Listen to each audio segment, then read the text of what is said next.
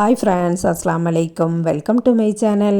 இன்றைக்கி நம்ம சேனலில் பீட்ரூட் ஹல்வா ரெசிபி பார்க்க போகிறோம். அதுக்கு முன்னாடி நம்ம சேனலை சப்ஸ்கிரைப் பண்ணாதவங்க சப்ஸ்கிரைப் பண்ணிடுங்க.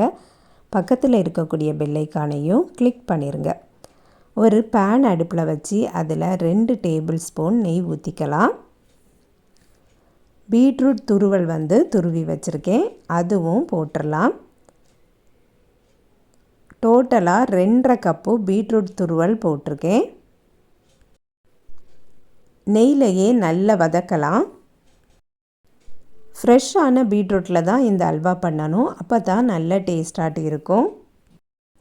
இதுக்கு முன்னாடியும் நம்ம சேனலில் ஒரு பீட்ரூட் அல்வா ரெசிபி போட்டிருக்கோம். அது கார்ன்ஃப்ளவர் மாவு சேர்த்து பண்ணணும். இது எந்த மாவுமே சேர்க்காமல் பண்ணதும். நெய்யில் நல்லா வதக்கும் போது தான் இந்த பீட்ரூட்டில் எந்த விதமான ஸ்மெல்லும் இருக்காது. நல்லா வதக்குனதுக்கு அப்புறமாட்டு 1 கப்பு திக்கான பால் ஊற்றிடலாம். பாலில் கடந்து இந்த பீட்ரூட் நல்லா குக் ஆகட்டும்.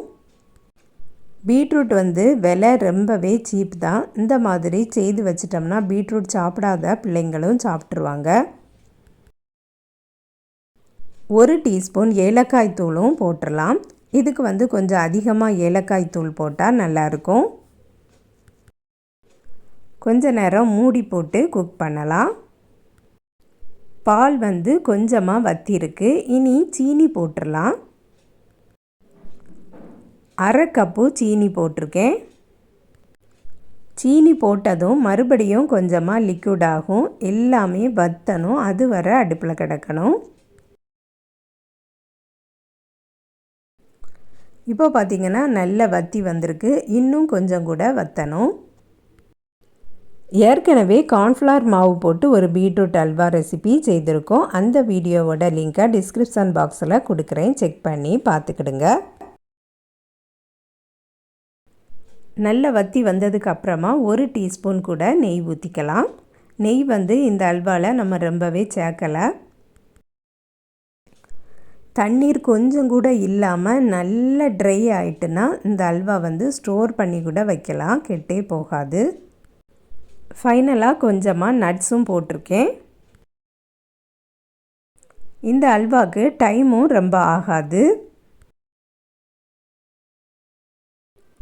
இப்போ பார்த்திங்கன்னா தண்ணிலாம் வற்றிட்டு உருண்டு வர ஆரம்பிச்சிருக்கு. இன்னும் கொஞ்சம் நேரம் கூட கிடக்கட்டும், அதோட நம்ம ஆஃப் பண்ணிடலாம்.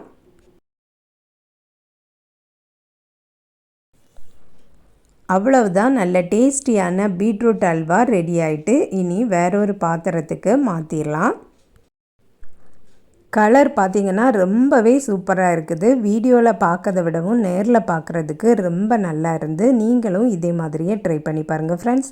இந்த வீடியோ பிடிச்சிருந்துன்னா லைக் பண்ணுங்கள், ஷேர் பண்ணுங்கள். நம்ம சேனலை இது வரைக்கும் சப்ஸ்கிரைப் பண்ணலைன்னா சப்ஸ்கிரைப் பண்ணிடுங்க. நெக்ஸ்ட் வீடியோவில் வேறு ஒரு ரெசிபியில் சந்திக்கிறேன். அஸ்ஸலாமு அலைக்கும்.